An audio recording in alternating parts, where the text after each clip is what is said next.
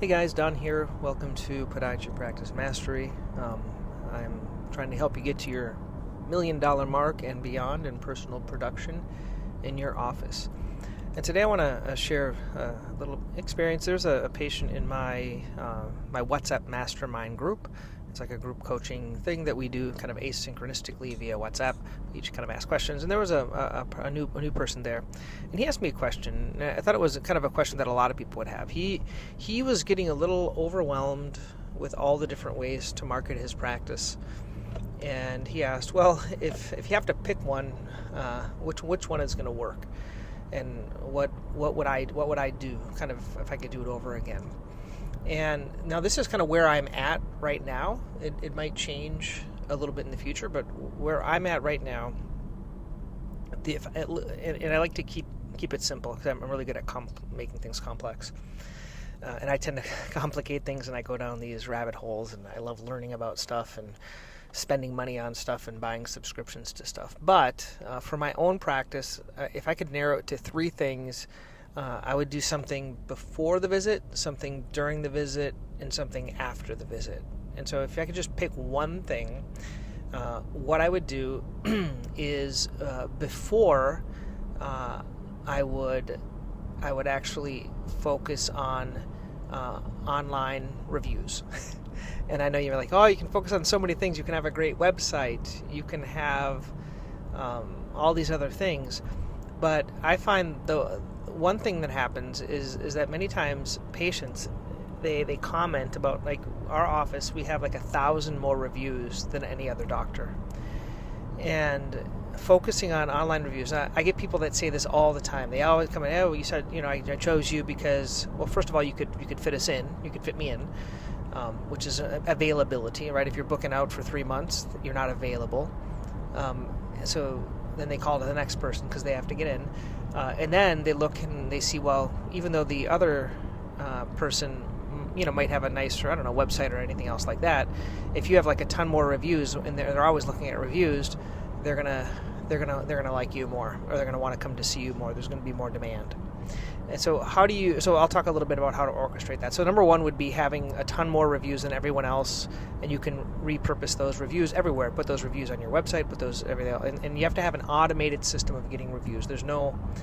You can't just ask patients one at a time. It doesn't work. You can't just have them scan this QR code. You have to have an automated. It just makes it so much easier to get so many more. The second thing I would say is during the patient visit. So I'm going to pick one from before they come to see you. That's how they see you. One is during the patient visit. My number one thing right now is really giving the patients time and being totally present with them and listening. And I know this sounds really obvious, but before I had Morali, my scribe, I was like multitasking all the time. I was trying to do my notes. I was, ordering DME, ordering x-rays, reviewing the x-rays, documenting the x-rays, and I was never really present.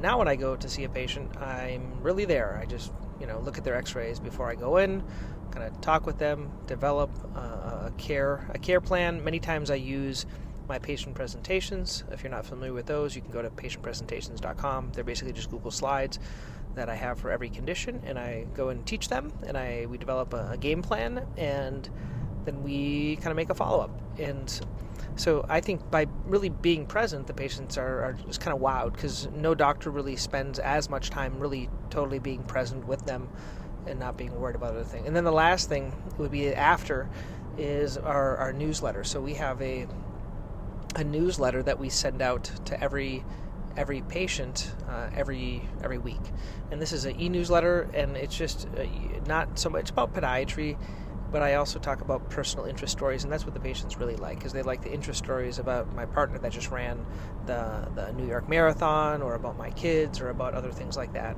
and that newsletter. So let me go through and kind of break these down and share how I do these three things. So number one is, how do I get the online reviews? We use something currently called Swell, SWELL. It's a method of getting online reviews. I think it's like $200 per clinic per month, something like that. And every single patient, they kind of hijack your EMR, and after the patient comes in at about 6 o'clock at night, they ask for a review. And that's all it does. It makes it really slick. I also use something called Patient Education Genius.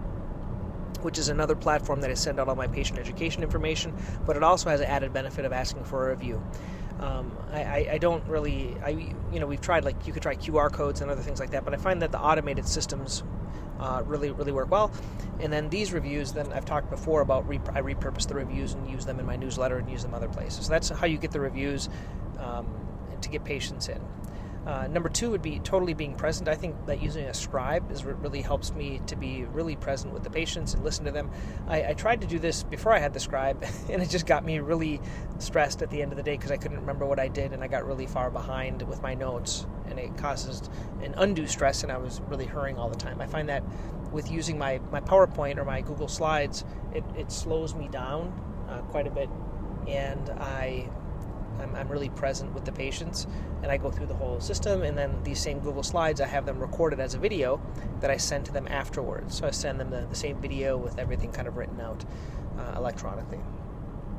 And then so I can explain more if you want on how to do that, but it's pretty straightforward. You make some PowerPoints, or you use mine, and then to record them as a video, you just take the PowerPoint and record them on Zoom. You put the PowerPoint up there, and you share your screen, and you hit record, and then you save it somewhere on your website, on your YouTube, somewhere else like that, and then you share it with the patients, either the YouTube video itself or like in a blog post with the video up top and then the written version underneath it. So you can copy mine if you want. Just go to centralmasspodiatry.com, hit our blog thing there, and then you can see my actual newsletters, and you can also see my treatment sheets. They're all my treatment sheets are all right there. My videos, how I treat everything. So feel free to use that if it helps. And then the after component is the newsletter. Once again, the newsletter I do with the help of a virtual assistant. I like to write my fun stories, and then I have basically in my phone, I have a notes pad and divided by months. And so each month I pick up a different topic, and I pick up only topics that I want to see and I love seeing. So what you're going to see there is you're going to see the topics would be like January shockwave, February orthotics, March AFOs, April, whatever it may be, maybe ingrown toenails or ugly toenail type of stuff. And so I only talk about what I want to see, and so each month I have a theme. So for those 4 or 5 weeks, I will talk about that one theme with a small little article. I'll put a personal interest article about my family or about what's happening with the other doctors in the practice. Then I'll put like a funny thing up top. Really, the newsletter, it's to educate, but it's more to entertain. And it's, if you make it creative, patients like to be entertained, and that can go out once a week. That's pretty easy. What I usually do for making that is I use block time. What I call block time is usually my travel time. So like right now I'm going to be traveling to the AAPPM, one of the conferences, at the time of this recording. Might not be when I publish it, but when I'm recording it. And so during the travel time is when I work on my newsletter. So I have all this uninterrupted time, and I write it out, and my staff, they're the ones that give me the funny pictures from the internet. I write out the stuff, and I do this all in Notion. You can use anything you want. Notion works pretty well for me. I have a little template that I use, it's the same format every time, and there's a little call to action on the bottom. So that's kind of how I do it. And then my virtual assistant, she takes it and she posts it, sends it in an email to all my patients, and then she posts it as a blog post, so I can have some increased content based on that as well, like SEO type of thing. So that's kind of, those are the 3 things. If I could do it over again, those are the main 3 things that I would do. If you wanted to ask, well, what would be the next 3 things? I think the next before would probably be some type of ads. And I'm playing around with a couple different ones. I want to confess I'm not the best. So if you are, tell me. I'd love to listen to what's working for you. Maybe Google Local Business or Google AdWords or Facebook. I am not the best at that. I would love to learn to be an expert at that, but I am not. So something like that would probably be the before. The during. I think the during experience would be kind of more of a wow. How can I even wow them even more as a patient? So not just listening to them, but having more of like a really wow experience. And I think one of the ways to have a wow experience during would be to have it even better before, which means my goal would be if I could have every patient, if they called in for plantar fasciitis, they could get actually my blog post with the video and everything written out before they come in and see me. or they could get something called a shock and awe package before, so that when they come, they're like really, really positioned well.